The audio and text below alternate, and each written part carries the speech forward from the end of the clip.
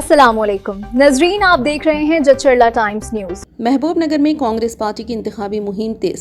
जडचला रुकन असम्बली जनमपल्ली अनिरुद्ध रेड्डी की सहाफती कॉन्फ्रेंस से खिताब करते हुए कहा कि जडचला में बल्दियाती इंतखाबात अभी मुनक़िद नहीं हो रहे और वहाँ 4 से 5 माह बाद इंतखाबात मुतवक्के हैं। इन्होंने कहा कि इंतखाबी मुहिम के दौरान जब वो आवाम से मुलाकात कर रहे हैं तो आवाम ये बात खुलकर कह रही है कि कांग्रेस हुकूमत के 2 साला दौर में महबूबनगर शहर में बेहतरीन तरक्याती काम अंजाम दिए हैं।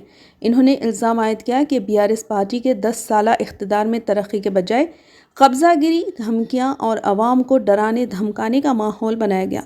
इस वक्त आवाम और तरक्की पसंद सोच के साथ कांग्रेस पार्टी की हिमायत कर रहे हैं। इस मौके पर ज़िले कांग्रेस कमेटी के सदर संजीव मुदिराज ने भी सहाफ़ियों से खिताब करते हुए कहा कि कांग्रेस हुकूमत अवामी फलाह और शहरी तरक्की को अव्वलीन तरजीह दे रही है।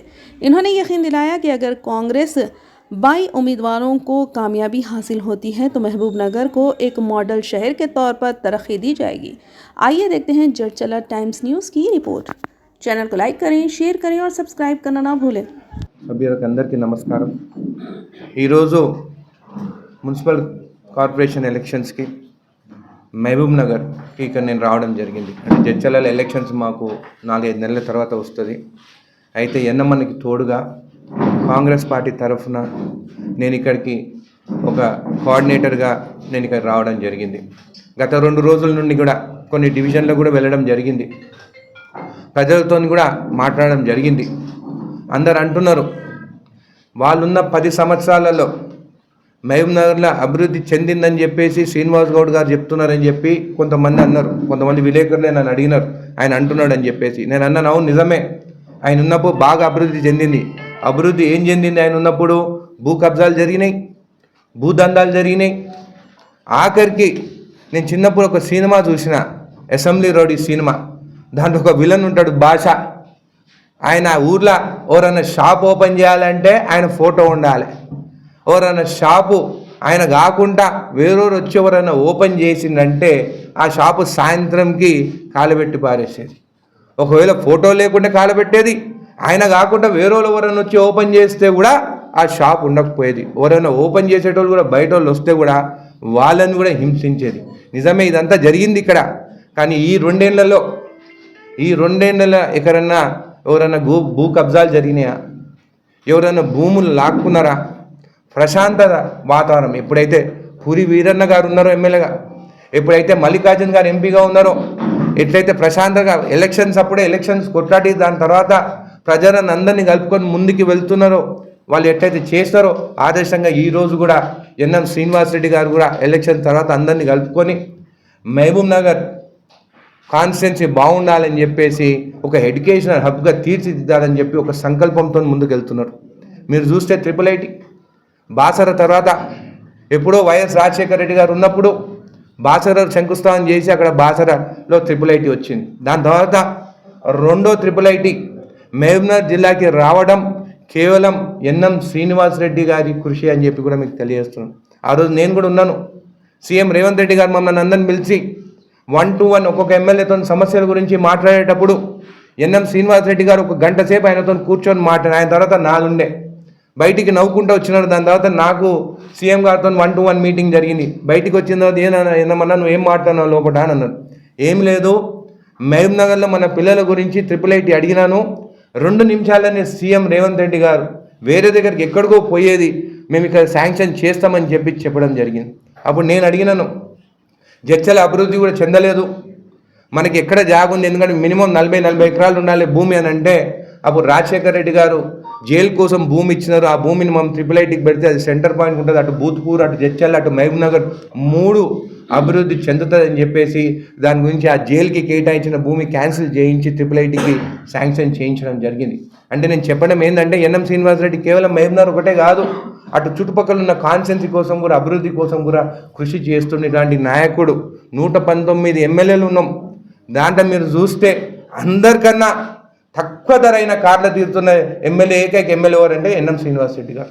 ఈరోజు ఆయన ఏదేదో మాట్లాడుతున్నారు. పాత ఆయన మీరు కమిషన్లు తీసుకుంటే అది తీసుకోండి, కమిషన్లతో ఆయన తీసుకోవాలంటే ఆయన కస్టమ్స్ ఆఫీసర్గా ఉన్నప్పుడు కస్టమ్స్ జాబ్ వదిలిపెట్టి రాకపోయేది, అదే జాబ్ చేసుకుంటూ ఉండేది.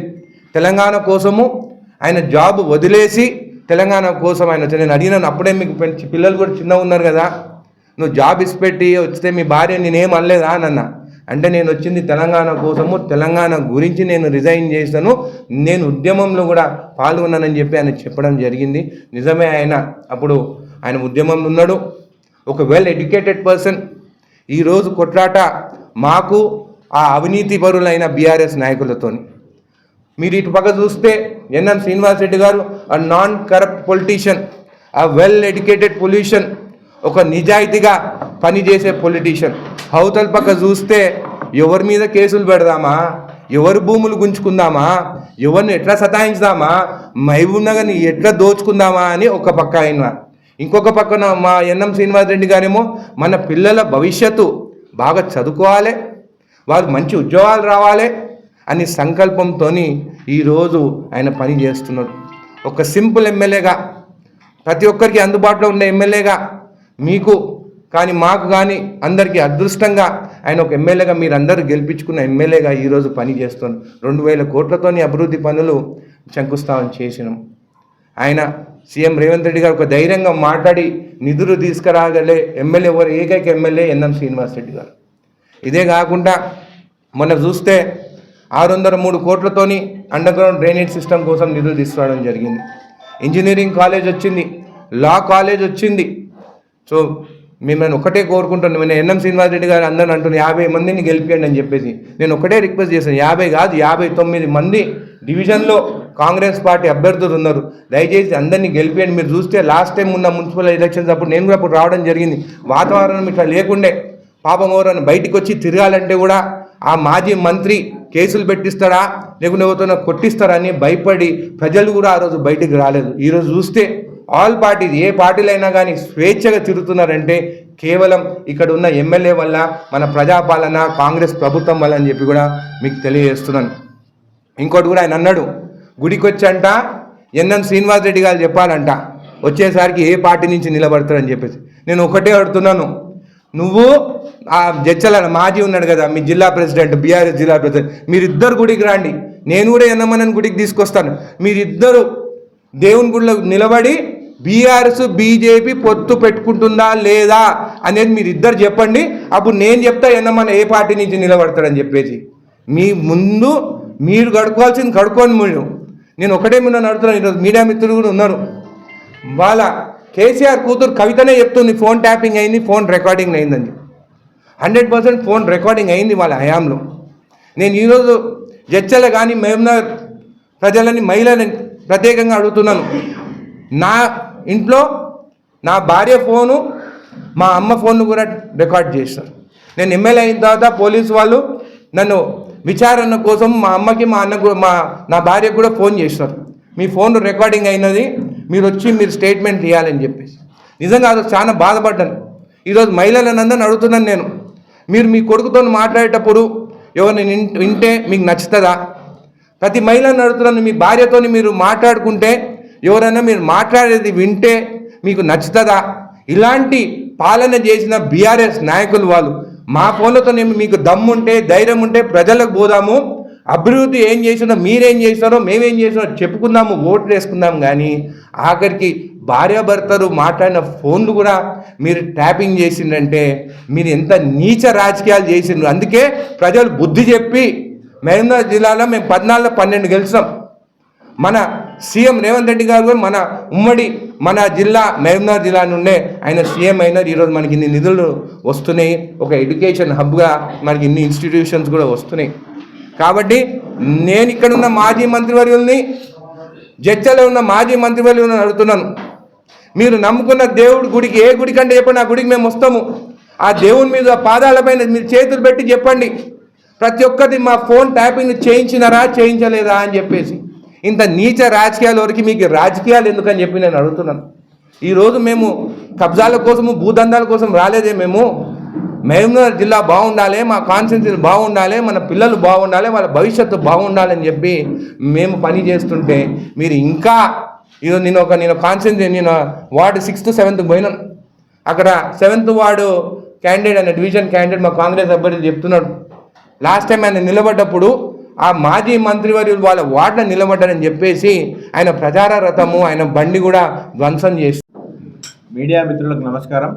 ఇలా నాతో ప్రెస్ మీట్లో పాల్గొంటున్న గౌరవ శాసనసభ్యులు అనిరుద్ రెడ్డి గారు, అదేవిధంగా లైబ్రరీ చైర్మన్ మల్లు నరసింహారెడ్డి సాబ్ గారు, ఎస్సీసీఎల్ చైర్మన్ సాయిబాబా గారు, సీనియర్ నాయకులు అన్న చంద్రకుమార్ గౌడన్న గారు, అశోక్ యాదవ్ గారు, అదేవిధంగా రాజాపూర్ బాలనగర్ మండల్ ప్రెసిడెంట్ శంకర్ నాయక్ గారు, సుదర్శన్ గౌడ్ గారు, రమేష్ గారు, అదేవిధంగా మీడియా సెల్ కన్వీనర్ బెనార్ గారు.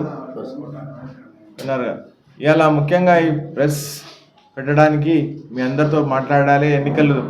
ఎన్నికల వేళ ఇప్పుడు 11వ తారీఖు నాడు ఎన్నికలు ఉన్నాయి. ఇప్పుడు మొట్టమొదటిగా ప్రజలు ఏ విధంగా పాలన ఉండాలని చెప్పి అనుకుంటున్నారో ఆ విధంగా పనిచేస్తున్నందుకు మొట్టమొదటిగా మా నాయకుడు, మా రాష్ట్ర ముఖ్యమంత్రి రేవంత్ రెడ్డి గారికి, అదేవిధంగా మహబూబ్ నగర్ నియోజకవర్గ ఎమ్మెల్యే ఎన్ఎం శ్రీనివాస్ రెడ్డి గారికి, మా జిల్లా ఎమ్మెల్యేలైన అనిరుద్ రెడ్డి గారికి, మత్స్యన్ రెడ్డి గారికి వారికి ధన్యవాదాలు తెలుపుతున్నాను.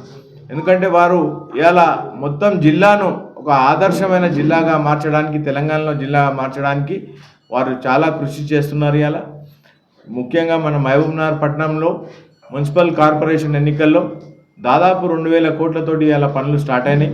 అవన్నీ కూడా ఆరంభమైనాయి. త్వరలోనే ఆ పనులన్నీ కూడా మేము కంప్లీట్ చేస్తాం. ఇవాళ మహబూబ్ నగర్ను ఒక అద్భుతమైన పట్టణంగా, తెలంగాణ రాష్ట్రంలోనే ఒక అద్భుతమైన పట్టణంగా తీర్చిదిద్దేందుకు మేమంతా కూడా ప్రణాళిక సిద్ధం చేసుకున్నాం. మున్సిపల్ ఎన్నికల్లో మేము దాదాపు అన్ని వర్గాలకు సంబంధించిన వారికి మేము టికెట్లు ఇవ్వడం జరిగింది. ఎస్సీ స్థానాల్లో కూడా, జనరల్ స్థానాల్లో కూడా మేము ఎస్సీలకు టికెట్ ఇవ్వడం జరిగింది. జనరల్ స్థానాల్లో కూడా మేము ఎస్టీలకు టికెట్ ఇవ్వడం జరిగింది. అదేవిధంగా సామాజిక న్యాయం, ఏదైతే కాంగ్రెస్ పార్టీ ఎప్పుడు సామాజిక న్యాయం గురించి మాట్లాడుతూ, ఆ సామాజిక న్యాయం మేము ఈ ఎన్నికల్లో మా అభ్యర్థులను అందరికీ కూడా సామాజిక న్యాయం చేసే విధంగా మేము అందరికీ ఇచ్చినాం. ఇవాళ టికెట్లన్నీ కూడా ఎవరైతే ప్రజల్లో ఉన్నారో, ప్రజాసేవ ఉన్నారో, అంకిత భావంతో ప్రజల్లో ఉన్నారో వారికి సరి కేటాయించడం జరిగింది. మేము ప్రచారంలో కూడా చాలా ముందుకెళ్ళి ప్రతి ఒక్క డివిజన్లో తిరగడం జరిగింది. ప్రతి డివిజన్ ప్రజలందరూ కూడా మమ్మల్ని మంచిగా ఆదరిస్తున్నారు. మేము చేసే అభివృద్ధి పనులన్నీ కూడా మేము వెళ్తే అభివృద్ధి పనులన్నింటిలో కూడా వారు ఇంత అభివృద్ధి 10 ఏళ్ళలో జరగని అభివృద్ధి కేవలం ఈ 2 సంవత్సరాల్లో జరిగిందని చెప్పి కూడా చాలా సంతోషపడుతున్నారు. రాబోయే 3 సంవత్సరాలు కాంగ్రెస్ ప్రభుత్వమే ఉంటుంది కాబట్టి మేము తప్పకుండా డివిజన్ కార్పొరేటర్ను కూడా మన కాంగ్రెస్ అభ్యర్థినే గెలిపిస్తామని చెప్పి కూడా చాలామంది ఇలా మాట్లాడడం జరిగింది. ఇకపోతే ఏదైతే ప్రచారాలకు మేము వెళ్తున్నామో, ఇలా ఆపోజిషన్ పార్టీలంతా కూడా అసత్య ప్రచారాలు చేయడం, ఓర్వలేని తనంతో మా మీద ఏదో నిందలేయడం, అన్నీ కూడా అంటే వాళ్ళకి తెలిసిపోయింది. ఇప్పుడు ముఖ్యంగా మనం చెప్పాలంటే బీఆర్ఎస్కు ఇలా క్యాండిడేట్లు కూడా లేరు. వాళ్ళకు నేనుంటున్న వార్డు 58 నెంబర్లో ఆ బీఆర్ఎస్ కూడా క్యాండిడేట్ను పెట్టలేదు. బీజేపీ క్యాండిడేట్ కూడా విత్డ్రా చేసుకున్నాడు. యునానిమస్గా అయింది. దీన్ని చూస్తేనే చెప్పొచ్చు మనము ఏ విధంగా ఇలా బీఆర్ఎస్ బీజేపీ పార్టీకి క్యాండిడేట్లు కూడా కరువైపోయినారు ఇలా. కాబట్టి ప్రజలు మాకు చాలా స్పష్టంగా ఉన్నారు. ఇలా కాంగ్రెస్ పార్టీకి ఓటేయాలని చెప్పి చాలా స్పష్టంగా ఉన్నారు. ఇలా మేమంతా కూడా ప్రజలతోటి ఒకటే కోరుతున్నాం, మీరంతా కూడా ఆలోచన చేసి ఓటేయండి. ఓటు అనేది మీ హక్కు. మీరు దీన్ని ఉపయోగించేటప్పుడు అన్ని విధాలుగా ఆలోచన చేసి మన అభివృద్ధి కోసం ఓటేయాలి. మన మహబూబ్ నగర్ పట్టణం చాలా త్వరలోనే ఒక ట్రాన్స్పోర్ట్ హబ్గా, ఒక మెడికల్ హబ్గా, ఒక ఎడ్యుకేషనల్ హబ్గా కాబోతుంది. దీనికి మీ సహాయ సహకారాలంతా కూడా ఉంటే ఇంకా చాలా చాలా పెద్ద ఎత్తున మహబూబ్ నగర్ చాలా పెద్ద ఎత్తున మనం డెవలప్ అవుతుంది. కాబట్టి మీ అందరితో ఒకటే అప్పీల్ చేస్తున్నా, ఆలోచన చేసి ఓటేయండి, కాంగ్రెస్ పార్టీకి ఓటేయండి, అభివృద్ధికి ఓటేయండి అని మీ అందరితో విజ్ఞప్తి చేస్తున్నాం. ఇప్పుడు మన అనిరుద్ రెడ్డి గారు మాట్లాడారు. For the latest news, please subscribe to our channel, like the video and don't forget to share.